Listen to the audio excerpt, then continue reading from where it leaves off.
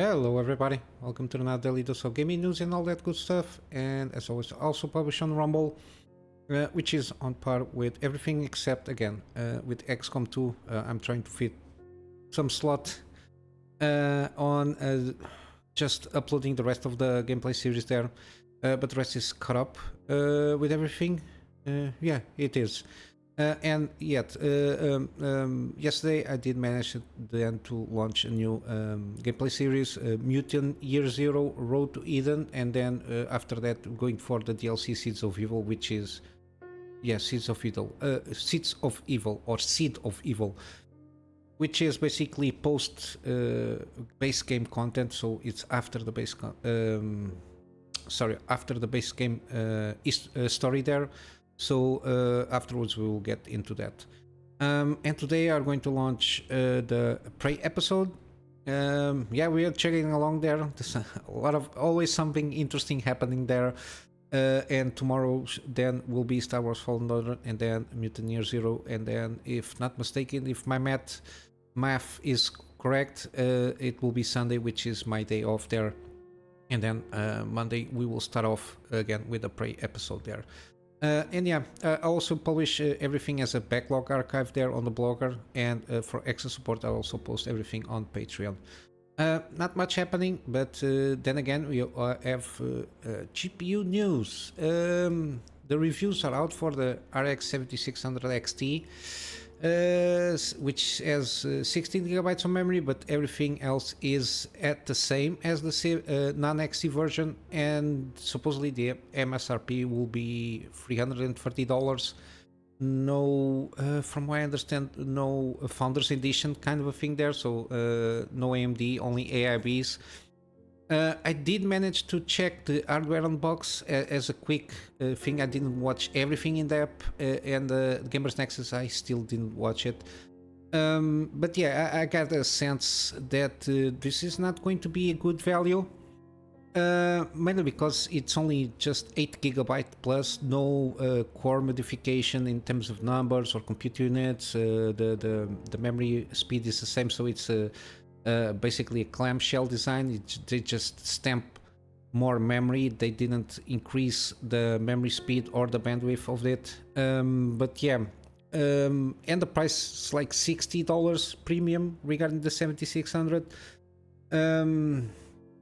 Still, it's a less disaster than the 4060 Ti 16 gigabytes, I think it's called, for double the for 8 gigabytes they just put $100 premium. But yeah, this is not the best value. Even they basically go around the same, just in some specific scenarios where more VRAM is needed, the 1% lows, and sometimes in terms of performance it can get creep around 5% extra performance regarding the 8 gigabyte version there. But yeah, basically it's basically the same.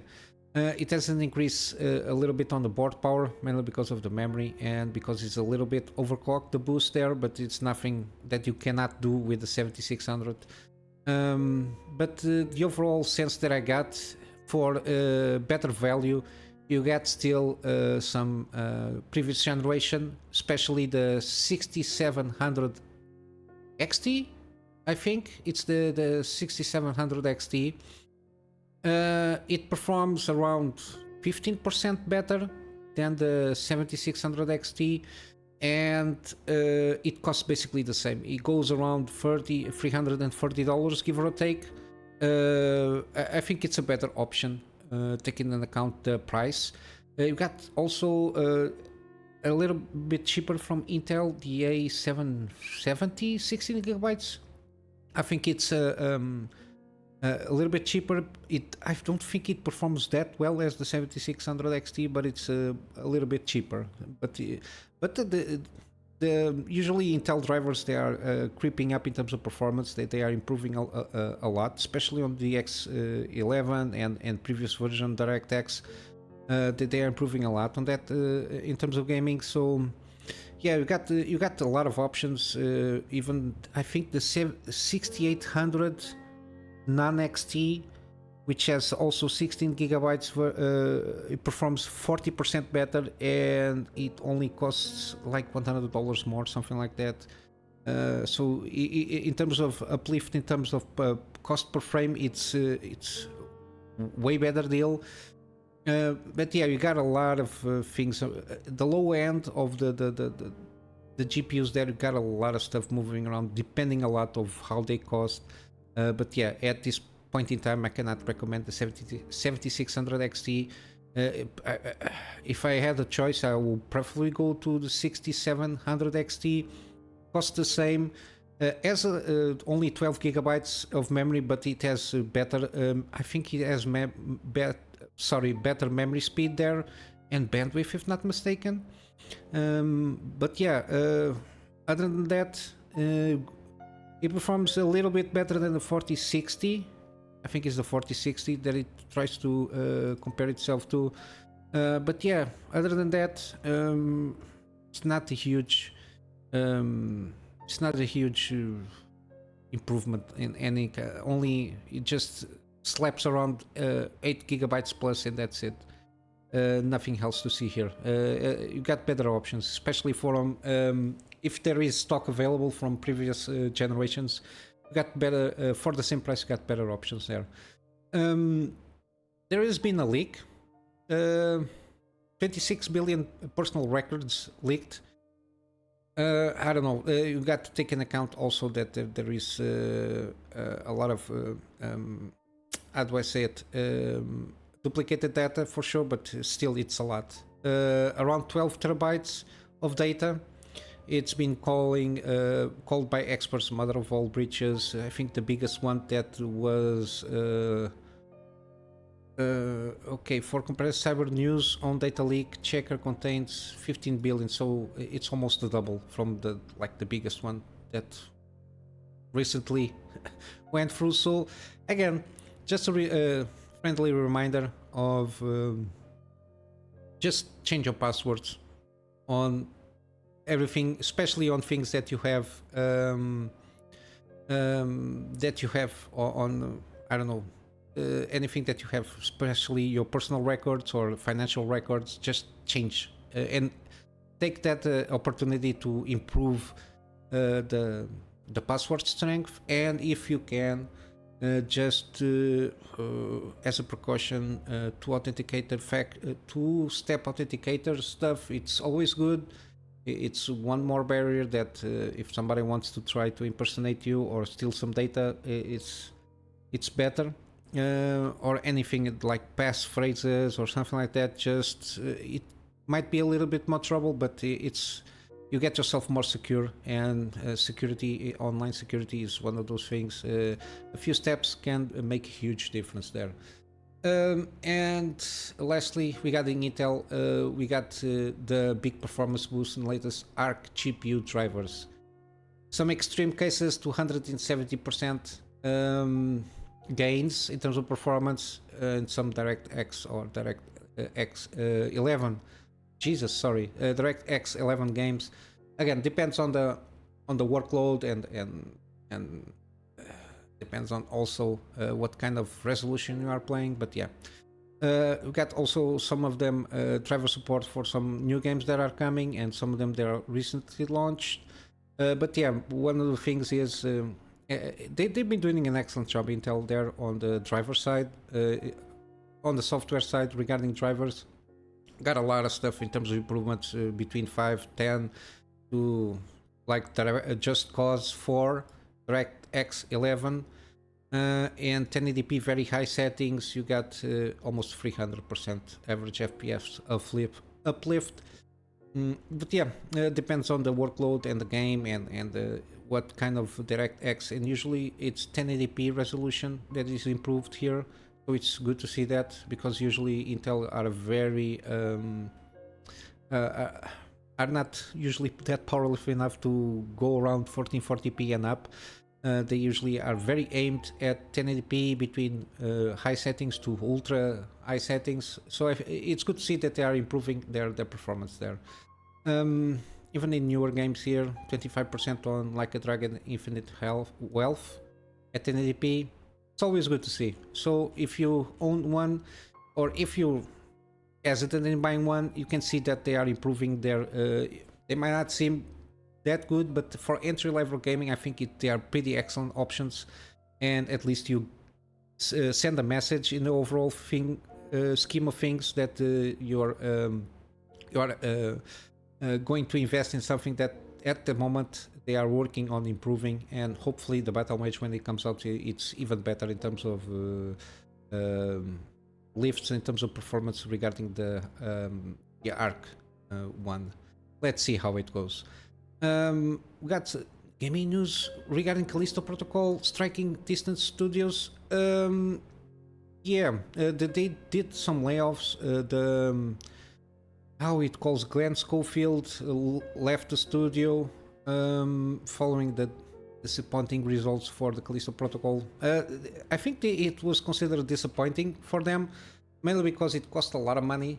I think I covered that around $100 million or more for the game in terms of production costs. And yeah, it didn't return all that much. I think it was a flop in that sense. In terms of the game itself, I think it's an okayish one from what I understand. I will play this game one of these days. I will catch it in a deal or something like that, and do a run to see how it goes, if it is something. What I know is I think the story ends up in a cliffhanger because they were trying to do, I think, a trilogy or something like that, similar to like Dead Space, something similar. I think the main story ends up in a little bit of a cliffhanger, so that's that. But they are teasing up a new game.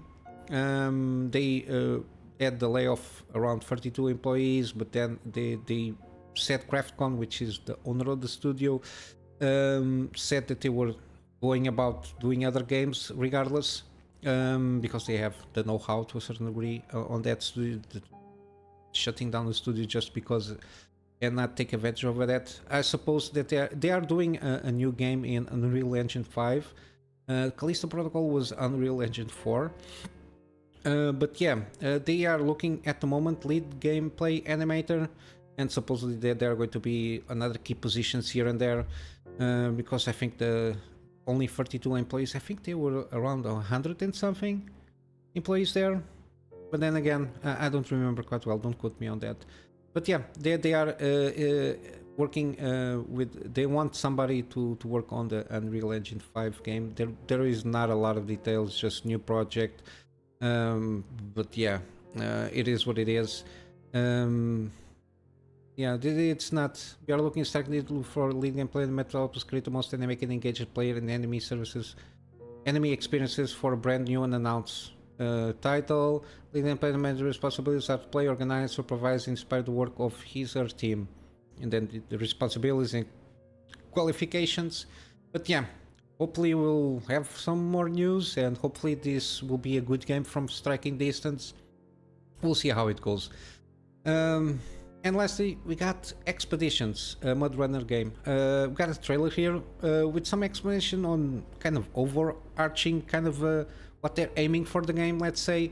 It's very much with the DNA of MudRunner game, the MudRunner, the first one, and SnowRunner game. But in that DNA that it's not a racing game, it's kind of an exploration. You got some objectives, they give you some tools, or the potential of getting some tools in the way of you to do what you need to do in terms of the objectives. But it's overall kind of revamp, like bigger areas from what I understand, a lot of different tools. You got drones, you got exploration in terms of scientific exploration, got a lot of stuff happening here. It seems very interesting. I always like this kind of games because you don't have the stress of reaching first to a place. You just have an objective and you try to. It's like a puzzle game with cars basically, and they got a lot of different vehicles there, from truck flatbeds, and you can customize a lot, jeeps, scouts, and again the drone stuff. It seems pretty good, and I'm going to keep my eyes on it, on this one, because it's one of those that I always enjoy to at least chill out a little bit and doing some stuff there. But yeah, regarding news, is what I got. I'm going to wrap it up with some gaming deals. We got Resident Evil franchise. Supposedly it's winter sale now until 80% off. Again, I will leave all the Resident Evil games there on the list on the description below. Yeah, and at the moment Resident Evil 4 remake it's 50% off. I bought the last time that was on sale. I bought the Resident Evil Village. So I can, whenever I can, I will do the kind of the mainline series, kind of soft reboot there. I will do the replay of Resident Evil 7, and afterwards I'll go for Village. In the meantime, I will buy and do some of this remake stuff and all that jazz. It's quite always entertaining. I like pretty much this game. I remember playing this game. I really enjoy it, and I think the remake similarly it's very, very, very good. We got also Assetto Corsa Competizione. So again, if you like racing games, this is more sim heavy. Again, very positive reviews. So any 70% off, at least the base game. Then you have a lot of stuff here. It's a very comprehensive kind of a thing here with the DLC. I think it's car packs and maybe some track packs. I don't know. But yeah, it's a very popular one. So it's one of those if you like racing. Again, I need to. I did. I think grid. I need to get around and choose one decent racing game so I can take my hedge off of driving fast to nowhere. Got also Forza Horizon 5. Probably it's the one that I will buy eventually to get around and do a lot of fun racing episodes here. Again, 50% off basically all over the place. Got a lot of add-ons, but the base game $30. I think it's a good one. We'll see how it goes. Regarding yeah, but the premium edition, then we got it's a lot of stuff here. Yeah, but around $50. So basically, I don't know, $50. A full price of a base game for all the DLC doesn't seem a bad option there, given that they since 2021 been adding a lot of stuff there. We got also SnowRunner, as I mentioned. We got it's the game that it's inspiring the MudRunner's expedition or expeditions or what they want to call it. This one is 50% off the base game. Then they have like several bundles. I think the free anniversary bundle it's the most complete one from what I understand. It's the 3rd year anniversary. It encompasses year 1, 2 and 3. 48% off. So full again it's the same situation. For the full price of a base game you get everything there from this game. Again, it's one of those days. It's basically chill out and do a lot of stuff here. Discovering vehicles. I think you can unlock vehicles by exploring the world. Got a lot of obstacles there. It seems pretty interesting. Got also Lords of Fallen, 40% off. Again, mixed results. Mainly, again, I have to hammer this every time I mention this game. It seems to me that the main complaint is how it plays. It's a little bit different than the Dark Souls usually do, because it's compared a lot with this game with Dark Souls here. Mainly the commitment to the action itself. Basically, I think here you can cancel the actions itself, so it's not something that can seem a little bit, feels a little bit weird when playing the game there. But I think it's a pretty decent one. So it is what it is. Depends on your preferences. Got also the Outer Worlds, 34% off. Seems like a good price here. You got the Spacer's Choice Edition. Still mixed results there. I think it's a little bit better, but basically it's just an overall revamp there. Nothing in terms of content. So that's why I usually just go for the Outer Worlds. The base game here. I think you have the non-mandatory corporate sponsor bundle. I think it's got an expansion pack with some story stuff. But yeah, the Choices editions, I don't know. Again, it might throttle a little bit in terms of performance. And finally, from Steam, you got the Aliens Dark Descent, 38% off.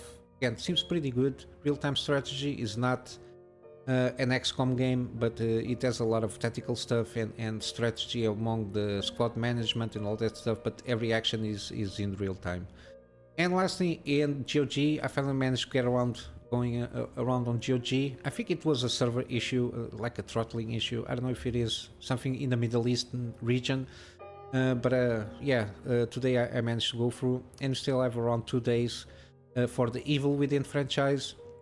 The first one is 75% off, so around $5, but then you have the little DLC, which also in promotion 60%. I don't know why it doesn't have an option to get all the DLC also, like a Game of the Year edition. I think all the DLC seems pretty decent from this game. I didn't play it through. I only had the base game when I did the series, so I skip on that. And also you got afterwards the Evil Within 2, 80% off, $8. It's a base game. There is no DLC for this one, so I think it's a pretty decent game for, especially from the time when it came out, 2017, which has been a long time ago. But yeah, it's a little bit on improvement on some mechanics that they had. Got some quirks and issues, but yeah, it is what it is. It's a fun game. I also made a series on this one.